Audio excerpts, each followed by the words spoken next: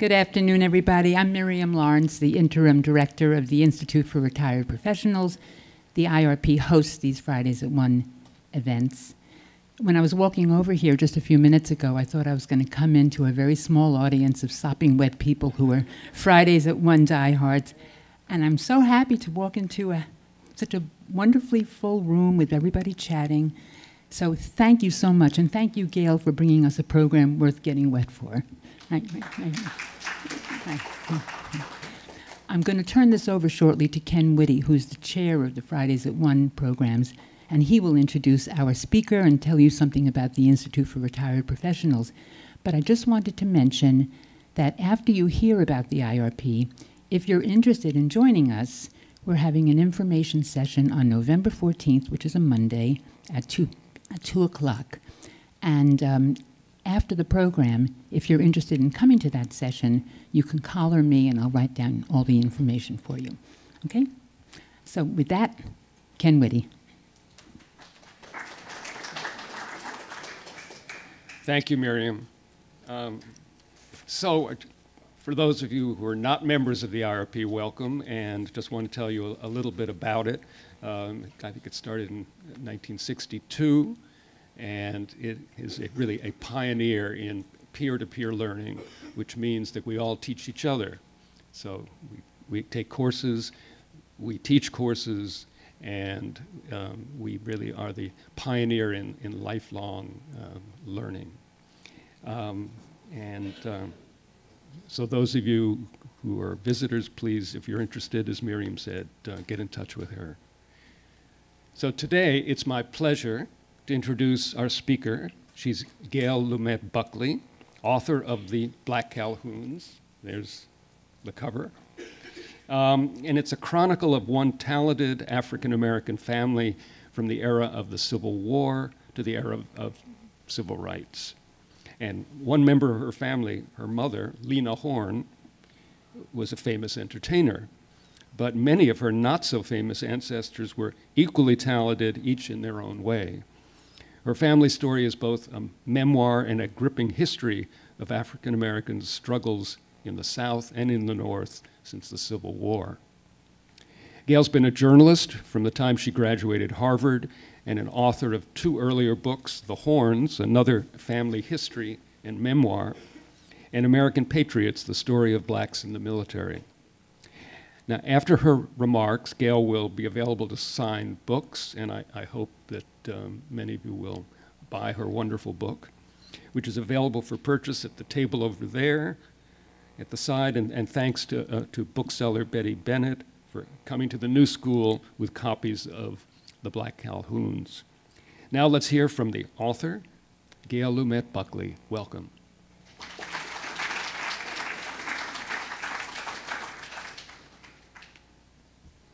Thank you, Ken. I am really happy to see you here.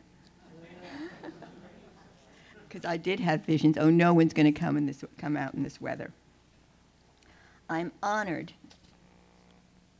to be invited to discuss my book, The Black Calhouns, at the New School, exactly the sort of institution of learning that would have inspired the Black Calhouns, for whom education was paramount. Okay, thank you.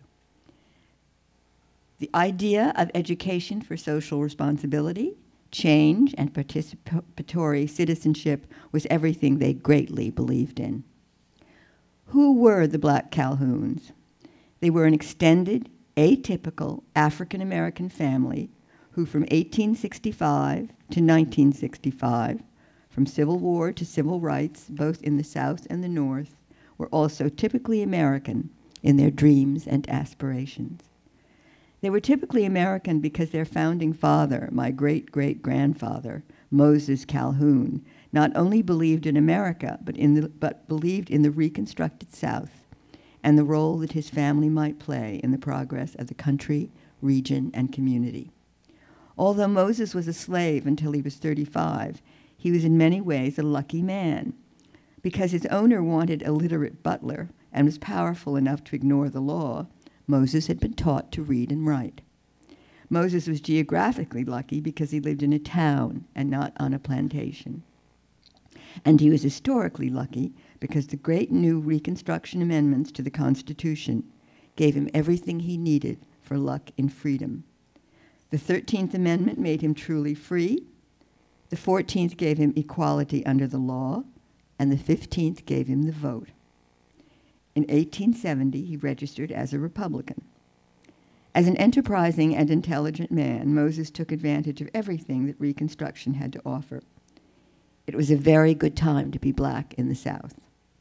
Because of Reconstruction, he was able to create a successful life for himself and his family, and to utilize his skills and abilities to amass enough money and property so that in 1886, 20 years after the end of the war, the Atlanta Constitution would call him the wealthiest colored man in Atlanta. I am a Black Calhoun, born in 1937. I have 2 daughters and 2 grandchildren. Our ancestors in slavery were owned by a cousin of John C. Calhoun, former senator, vice president, and slavery's most infamous apologist. In the slave tradition, our ancestors were named Calhoun. Thus, my mother, for example, was baptized Lena Mary Calhoun Horne. Andrew Bonaparte Calhoun, the owner of the Black Calhouns, was an Atlanta physician, an ophthalmologist, and the first man to sign Georgia's Article of Secession. The Black Calhouns, Moses and his mother and sister, had a sort of family business with Andrew Calhoun. Moses was the butler, his mother was the cook, and his sister was the nursemaid. Moses' grandmother had also been a Calhoun cook until she bought her own freedom and moved to Chicago before the Civil War. They were all considered favored slaves. A.B. Calhoun appeared to have been a relatively benevolent and generous owner. After the war, he deeded property to Moses' mother and sister. As might be expected, the Black Calhouns who moved north fulfilled their aspirations and achieved success. Less expected, perhaps, those who stayed in Atlanta had equally successful and aspirational lives. High achievement was the norm on both sides of the family, with interesting differences. Northern achievement tended to be political and public, while Southern achievement tended to be professional and private. The other differences were personal.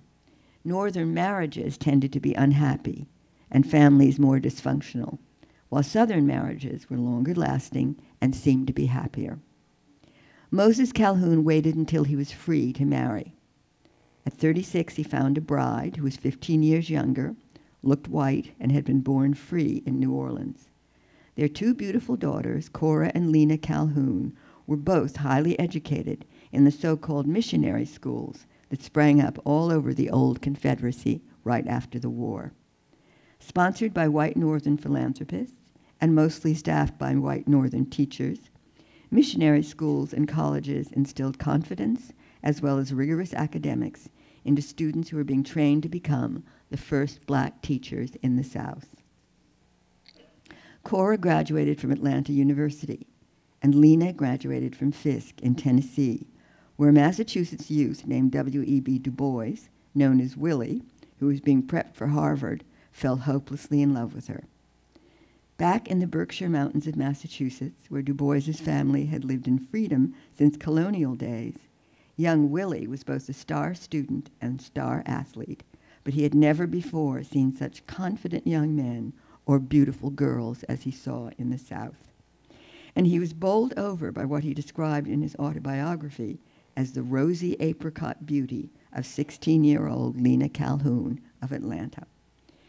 Du Bois famously named his black fellow teachers to be the talented 10th, the 10% of the Negro race whose job was to uplift the other 90%. Both Calhoun girls married successful young men. Breaking Willie Du Bois's heart, Lena married a slightly older Fisk graduate who became principal of the first black high school in Nashville, and later, after passing as Cuban, to go to medical school, a successful ophthalmologist in Chicago. Lena's older sister, Cora, married Edwin Horne, a journalist, editor, teacher known as the Adonis of the Negro press. And their cousin, the daughter of Moses' sister, married a graduate of Atlanta University who became not only an early civil rights hero, but the very prosperous and highly respected first black licensed real estate broker in Atlanta.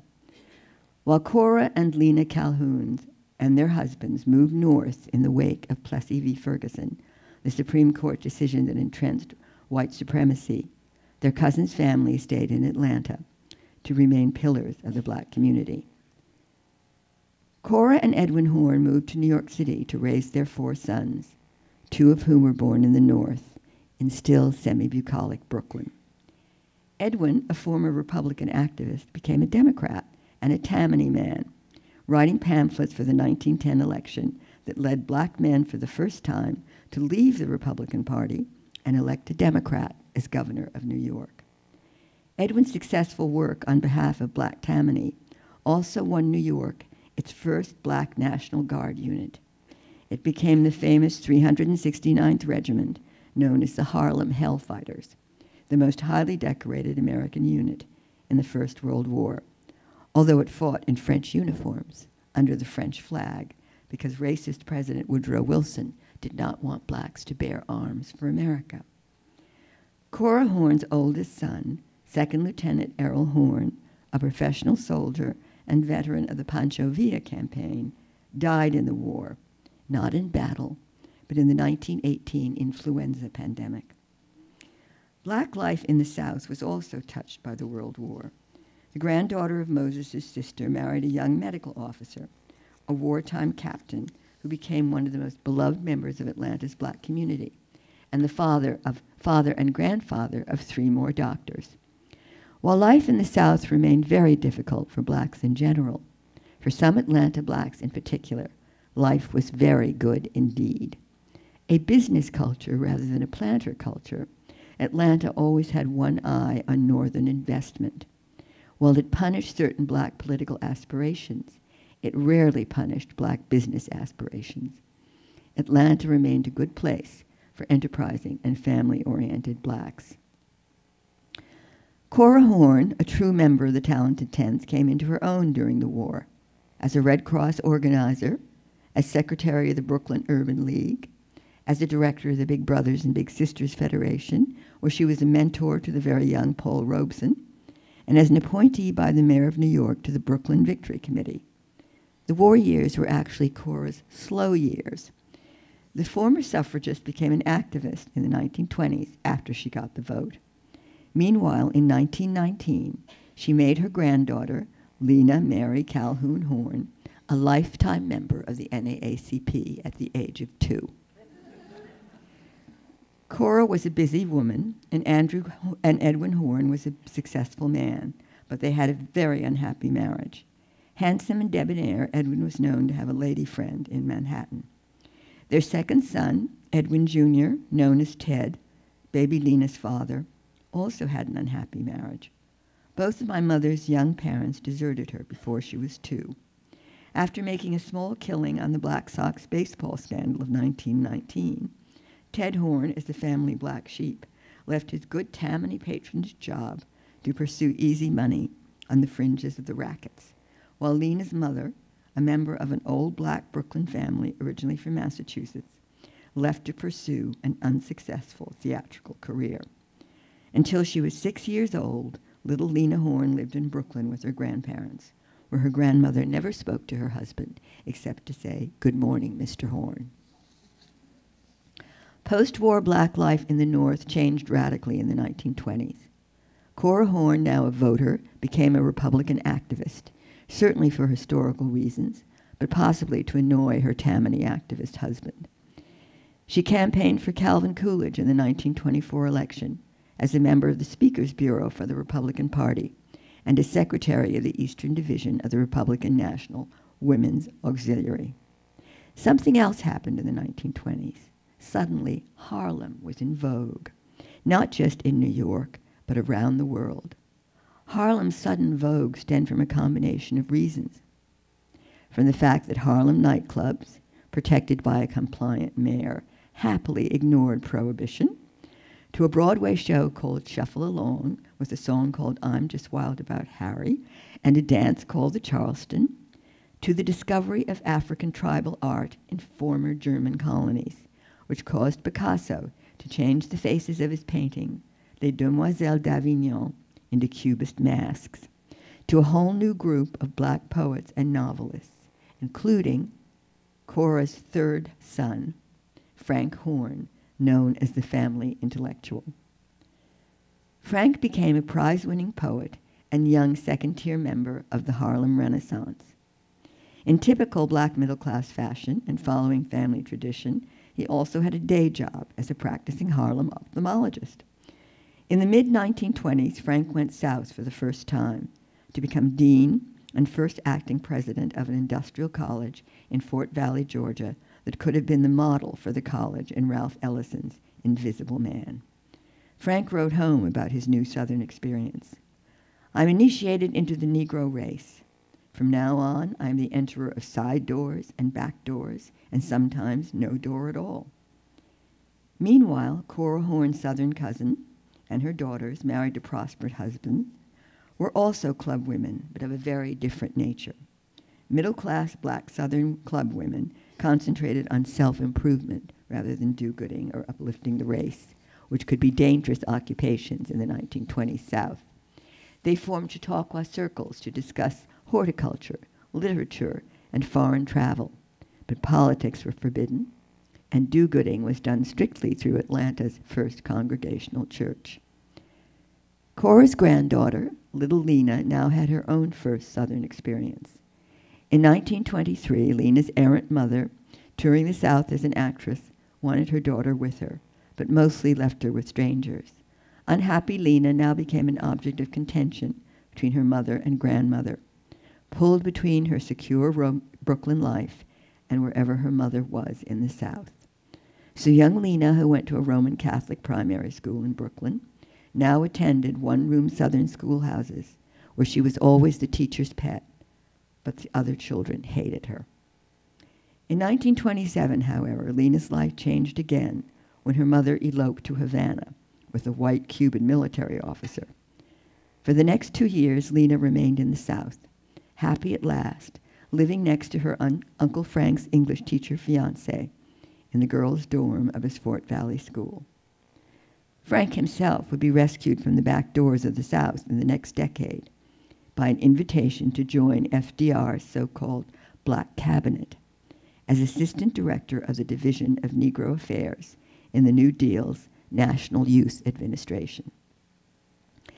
In 1929, Lena left the South and went back to Brooklyn permanently, where her beloved grandfather took her to museums in the theater.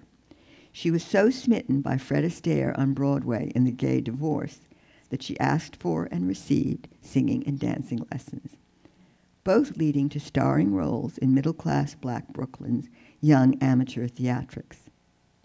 Everything changed for Lena in 1932, however, when Cora Horne died and her mother returned from Cuba with her husband, now a refugee from the latest revolution, who spoke no English.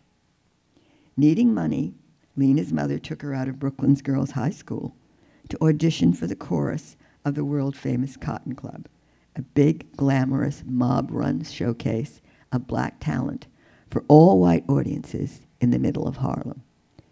Lena's father, Ted, was one of the rare blacks allowed in to see the show because his best friend, a former World War I black officer, was now Harlem's numbers king. Lena, 16 years old and beautiful, whose mother protected her virtue by sitting in the dressing room every night, was also famously protected by the black mob. By 1935, however, Lena was ready to move on. Against the wishes of the Cotton Club, Lena's mother spirited her away to Boston to sing with Noble Sissel's Society Orchestra, meaning black musicians playing white music, at the Ritz-Carlton Hotel. It was the first black orchestra, and she was the first black singer to appear at Boston's Ritz. She won a Harvard fan club that came night after night. But Lena, 19 years old and tired of show business, as well as her mother hovering in the dressing room, took a vacation on her own to visit her father, who now lived in Pittsburgh, where he owned a small hotel with a discreet private gambling den. In Pittsburgh, Lena met and married the first man she ever dated, my father, 28-year-old Lewis Jones, who had a patronage job in city government and whose older lawyer brothers were important in black Democratic ward politics. Lena was now a young housewife who made occasional forays into show business, mostly because her husband, who played high-stakes bridge and unknown to Lena never gave up his former girlfriend, needed the money. Despite the birth of my baby brother, little Teddy, Lena, finally aware of Lewis's philandering, called an end to the marriage. Leaving the children with her father and stepmother, in 1940 she went back to New York to look for work. Living at the Harlem YWCA, Lena had the Calhoun luck. Charlie Barnett, one of the most popular of the big bands, whose hit 1940 record was Cherokee, was looking for a girl singer. Big bands in the 1930s and 40s were like 1960s rock groups in popularity, and Lena made well-received recordings with both Barnett and Artie Shaw. Barnett, Shaw, and Benny Goodman were the only big band leaders who hired black singers or musicians. But Lena was tired of bands and hated touring. She wanted to be in New York with her children. She now got another career break, singing at Cafe Society in Greenwich Village. Cafe Society was unique in its day. Besides presenting extraordinary young talents like Billie Holiday and Zero Mostel, it was the only integrated nightclub outside of Harlem, with black patrons as well as black performers. Lena was an enormous hit. Unbeknown to most of the performers and patrons, however, Cafe Society was a fundraising outlet for the then legal Communist Party USA. If she had known, Lena doubtless would not have cared. She did not know a communist from a Republican.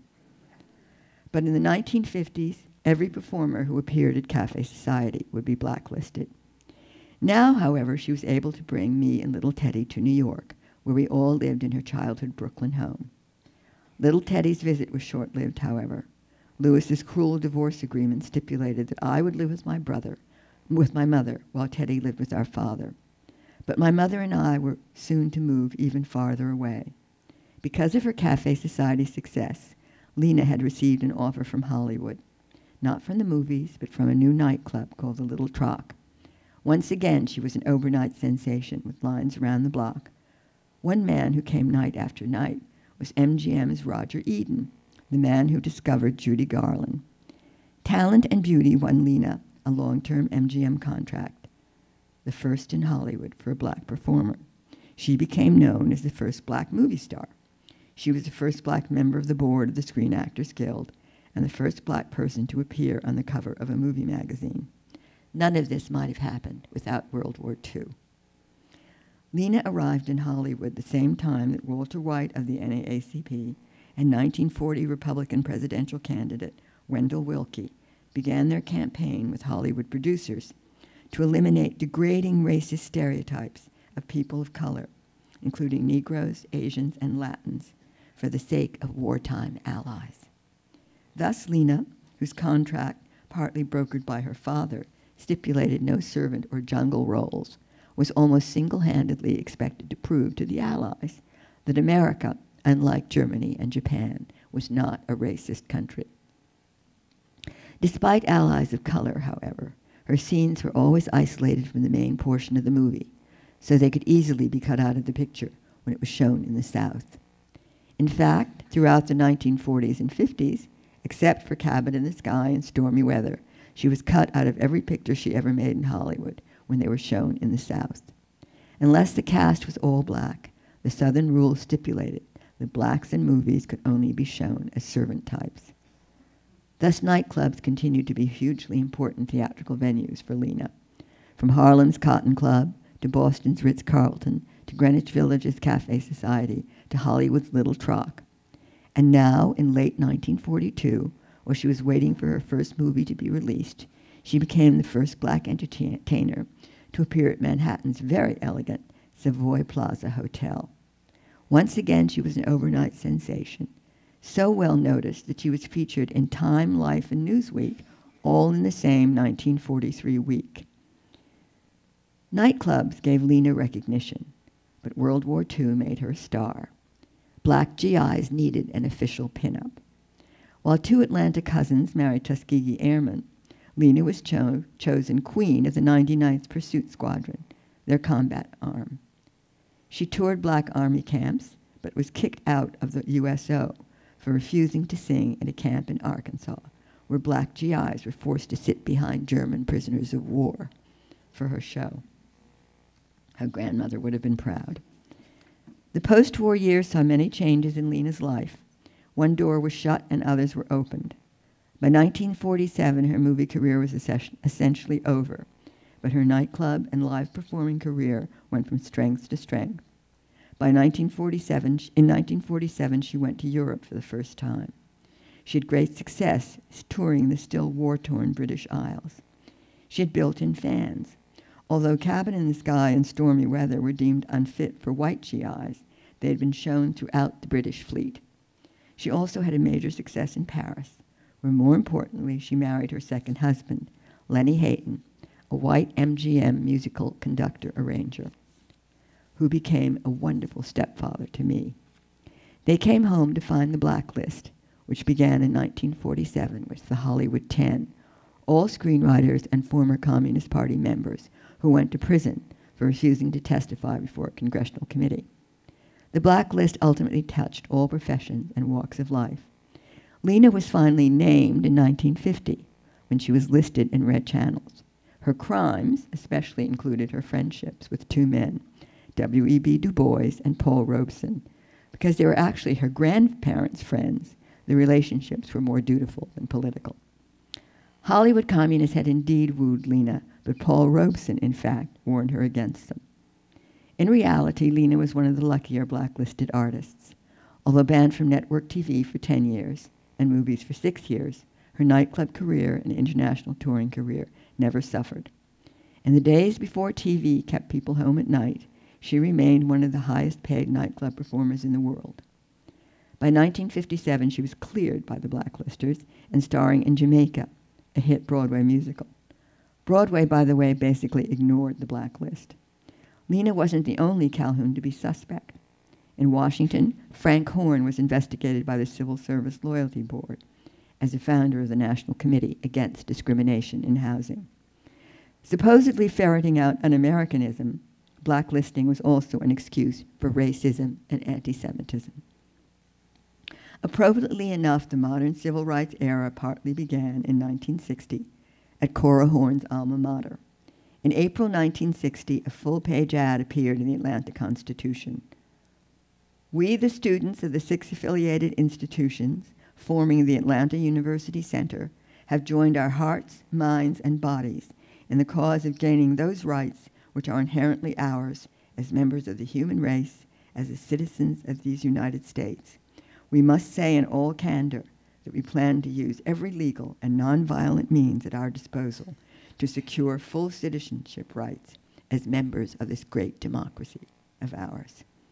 That same year, a young Atlanta cousin, Moses Calhoun's great-great-grandniece, was chosen to be one of the desegregators of Atlanta High School, until her mother, fearing the traumatic upheaval surrounding the integration of Little Rock Central High School, had second thoughts and sent her daughter to a Massachusetts boarding school.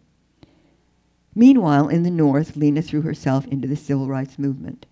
She and Frank Sinatra produced a famous 2-night Carnegie Hall benefit, one night of which benefited the Student Nonviolent Coordinating Committee, the youth branch of the Southern Christian Leadership Conference.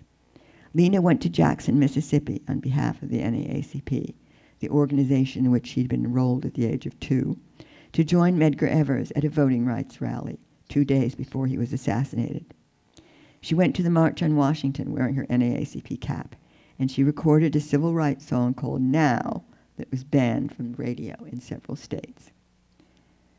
The enemies of civil rights had every powerful weapon at their disposal, but the civil rights movement won the high moral ground early, and the long arc of justice ultimately turned towards American blacks. The larger and more systemic aspects of official racism were defeated in what could be called the Second Civil War. Despite assassinations and too many martyrs, voting rights were achieved, and Jim Crow was officially dismantled. By 1973, the city of Atlanta, the city that famously became too busy to hate, had a black mayor. And former students of the Atlanta University Manifesto were now in charge of the municipality. Although the 1970s were personally mournful years for Lena, who lost her father, son, and husband between 1971 and 1972. The 1980s saw another extraordinary change in the career of Moses Calhoun's great-granddaughter. She opened in a one-woman Broadway show that brought her every honor and accolade known in the theater. The 1980s were a decade of honor for Black Calhouns North and South. In March 1981, the same month that saw Lena's triumphant Broadway return, Dr. Homer Nash, the great-grandson-in-law of Moses' sister, died at the age of 94. In the words of the Atlanta Constitution, Dr. Homer Nash's death ends an era for Atlanta. He was the longest practicing black doctor in Georgia and the longest practicing doctor of any race in Atlanta. You could call the Black Calhouns lucky, but they were never selfish achievers. They shared their bounteous gifts and achievements with their community and their country. It is fair to say that the Black Calhouns is as much the story of America as it is of a family. Thank you very much.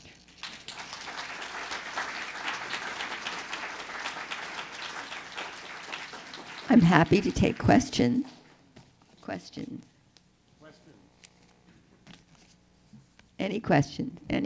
I understand it's a possible miniseries. Yes, ABC has optioned it for a miniseries, so I'm keeping my fingers crossed. Pardon me?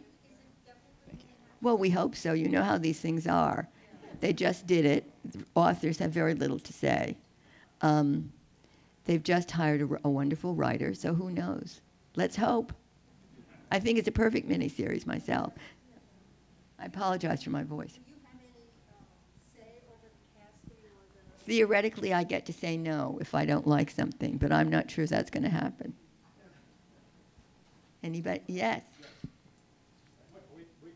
Oh, good. Okay.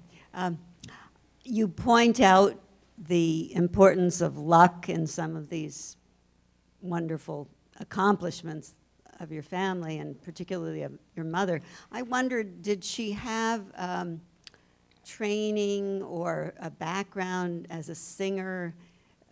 What made her so ready to be a celebrity and a star? Well, she fell in love with Fred Astaire. Seriously in love with him for her entire life. She thought he was the perfect dancer, the perfect singer, one of the perfect singers anyway, because he was very musical. I mean, she felt that he was really into the music, and she always loved music. And when she was a little girl and first went to the South, a teacher in her one-room schoolhouse said, "Have any of you children heard of Florence Mills, who was a great black star of the 20s?" My mother was the only child who had heard of her.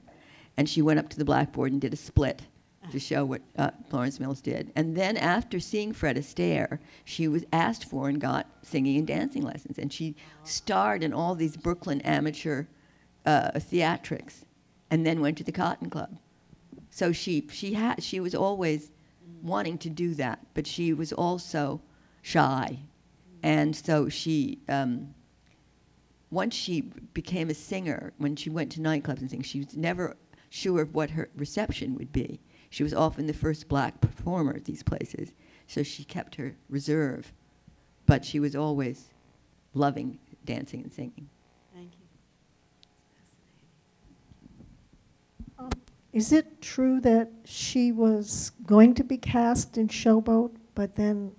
In the movie. In the movie. Well, she wanted to be cast in Showboat. She wanted... They never would have cast her, but they sort of teased her with it and said maybe. And her best friend actually then had her role, Ava Gardner. Mm-hmm. And that was the way Hollywood was. I mean, now it's different, slightly different. It's still difficult for black women. Black men have it much easier. But in those days, the first black man who was a big movie star was Paul Robeson, and of course they destroyed him. Yes. So it was the racism was intense. And it wasn't because the Hollywood producers were particularly racist. It was the Southern market was the biggest movie market. Mm-hmm.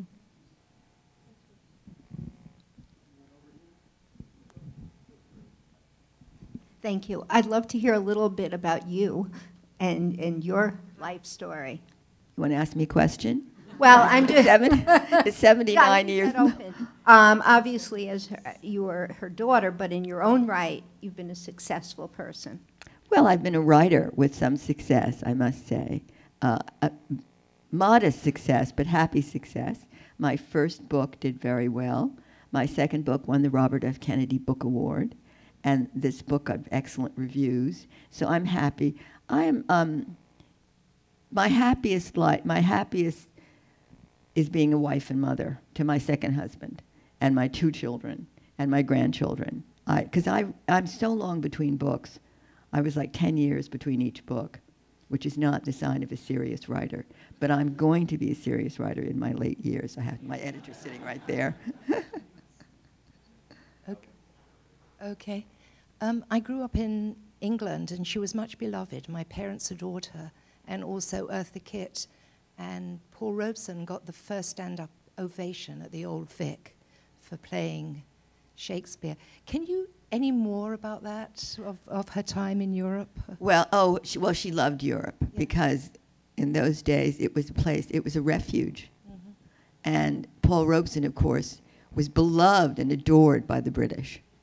He was all over, he was a great, great, great man in every way. And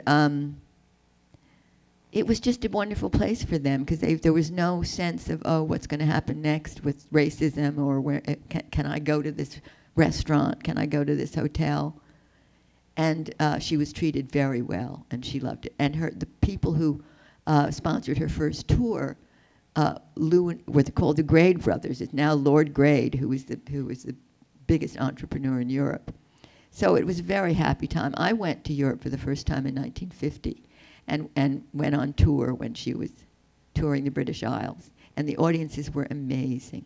I'm not sure whether it was because it was still a kind of post-war austerity to have this kind of entertainment.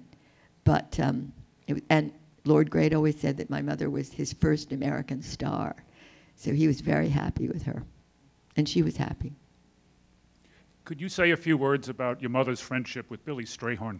Oh. They were best friends. She met him in 1940 when she went to Hollywood.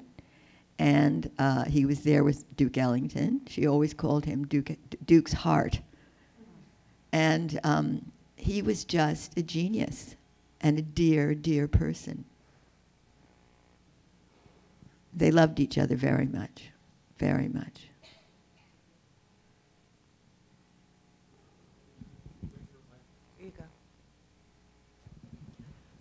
I saw your mom for her one-woman show, and I have a memory, and maybe you can confirm it.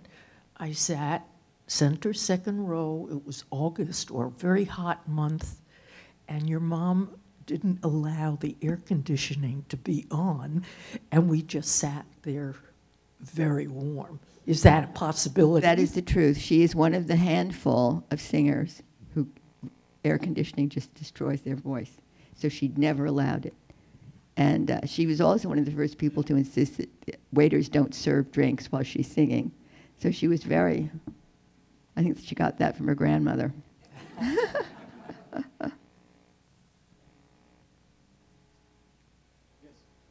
just had a follow-up question to the Showboat performance or the movie. Am I not? Yes, Yeah. I am. Okay. A follow-up question on Showboat. Together with this story about her being perhaps teased with the role, seems to me that I heard at some point that her voice was dubbed in for Ava Gardner. Is that No, right? it was Ava listened to her records. Uh-huh. And they had somebody dubbed in for Ava. So she could say a few words, and they did it brilliantly. You would say a few words in your own voice or sing a line, and then the dub singer would come in. And my mother's records were listened to because she had recorded the Showboat songs for a movie called Ziegfeld Follies, where there was a scene from Showboat where she sang, I think, My Bill, I think, anyway. But she didn't expect it. She expected it sort of, but then gave up. She didn't, and she didn't hold anything against Ava. There we go. What was her relationship with Ava? Well, they were neighbors. She lived up the street from us, up the hill in California, and she was fun. And she would always stop by on her way home from the studio for drinks with my stepfather. He'd make martinis, and they'd all sit around drinking martinis, yucking it up. And she was just a pal, a really close pal, partly because they were both at MGM. They were both at, they lived in the same street. And Ava had been a girlfriend of Artie Shaw when my mother had sung with Artie Shaw. I don't know if my mother was a girlfriend of Artie Shaw. She never kissed and told. But, so it was that kind of girlfriend relationship. When she was blacklisted on TV, did the public complain? Did people clamor to hear her? I don't know where you are. Over here. Oh, nobody complained because nobody knew. I mean, some people's careers are absolutely ruined overnight. Overnight. Some committed suicide, some went to Europe, some just hunkered down. It was a horrible, horrible time. And it made everybody paranoid. But I don't think there was any, I never heard that there was any complaints. I mean, television was so bad that a white artist and a black artist were not allowed to touch. And the person who broke that was Perry Como, with my mother. And he was this really sweet man, and he broke that horrible ban by touching her arm. It was like, oh my God. So, you need a microphone. Oh, we have a question. Sorry. Didn't your mother write and say that she was never a communist? A letter and explain why she wasn't? Yes, she was never a communist, but she certainly... Not off the blacklist? Yes, it was a very complicated... There was a special process that you had to do to get off the blacklist. You had to write to a certain man who was head of the Carpenters and Stagehands Union in Hollywood. He was mobbed up, but he was the biggest blacklister. He named the Hollywood 10. I forget his name. And he was willing to clear my mother because the nightclub mob, the American nightclubs were owned by the Jewish mob, and they loved my mother because she always had SRO, standing room only, shows. And they got her off the blacklist for their reasons, and he was happy to do it. So she had to write a letter. She never was a communist, but in those days, the communists were the only people saying what any black person wanted to hear. So there was certainly a reason to be sympathetic. And she was, being at Cafe Society, she was educated. When she first went there to audition for Barney Josephson, a wonderful man who ran Cafe Society for the Communist Party. His brother had been killed in Spain. And she sang 2 songs. One was Sleepy Time Down South, and the other is Down Argentina Way. And he said, oh, no, no, you mustn't sing those songs. One is like you're passing, the other is like you're singing nice things about the South. Don't you know anything? And she didn't know anything. So he educated her, and she became politicized, certainly, and by Paul Robeson.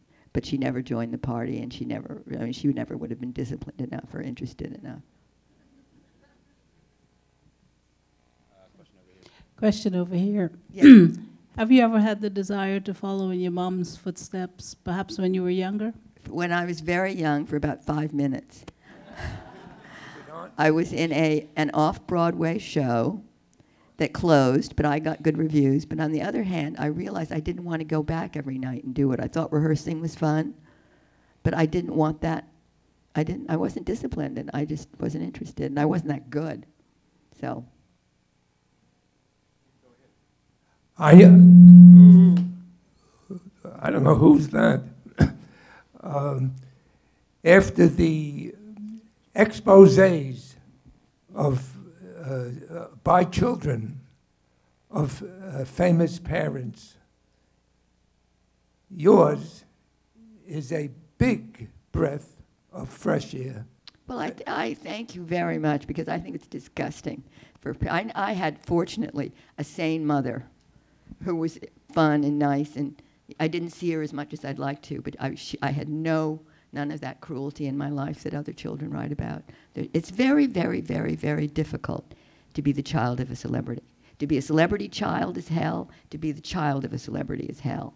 Because one of them doesn't have a childhood, the other doesn't have a parent. But my mother tried her best she was a single mother. She tried her best, and I have no complaints. I mean, I was sent to boarding school when I was 11 years old. It was great. I was with them every holiday, and I was spoiled in many ways because they were trying to make up for it. But I don't approve of people. I mean, why do that? 'Cause there's so much else to say, unless they have nothing else to say, which was, I guess, this case of Joan Crawford's child, because Joan Crawford was a friend of my mother. My mother thought she was great. I'm sure she was a difficult mother. Your mother had such a unique singing style. Do you have any input or any idea how that evolved? Yes, I do, actually. She was in the tradition of, there was a great black singer in the 20s who was a star in London called Elizabeth, oh God. Scott. No? Elizabeth, oh God, I can't remember her name. And Ethel Waters. Elizabeth, they sang very sweet soprano voice. They had very sweet soprano voices, and were very, at least this Elizabeth did, and that she was my mother's favorite. Welsh. Elizabeth Welsh. Yes, thank you. And so she was an inspiration to my mother, and Elizabeth Welsh was loved by Cole Porter and by British audiences. She was very elegant. She sang beautifully. And my mother, unfortunately, she always was never allowed to listen to blues or sing blues as a child, which is too bad. But that was the way it was in middle-class black families. Don't listen to that naughty music. So she always regretted it. And she felt she couldn't sing blues, but she could. Yeah. I have a question. Did you and your brother ever get back together again since you were split by that divorce? Well, we did in patches. We did certainly in school holidays. And when we both were out of college, at least I was out of college, and we were in Europe together with my mother and stepfather. And so we did have bits together. Not as much as we should have. Thank you. Anybody else?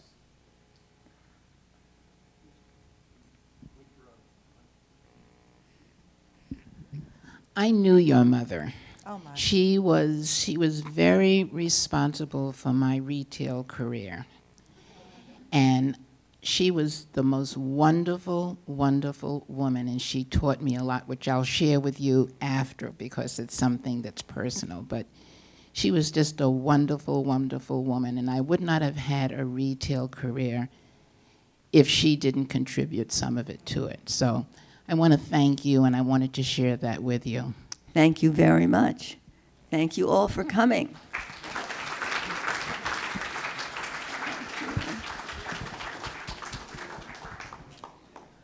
Thank you, Gail. And now, we have her books over here at this table. I hope some of you will buy her book, and she'll be available to sign the books in a few minutes.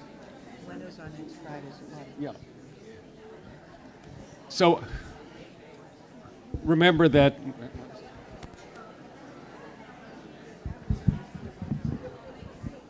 our next, everybody, our next Fridays at 1 is November 18th, and we've been talking about musicals, music world. Jack Viertel, a famous Broadway producer, is coming to talk about how a Broadway musical is built, and he just wrote a book about it. He runs the encores at City Center. So come in November 18th. Okay, thank you, everybody.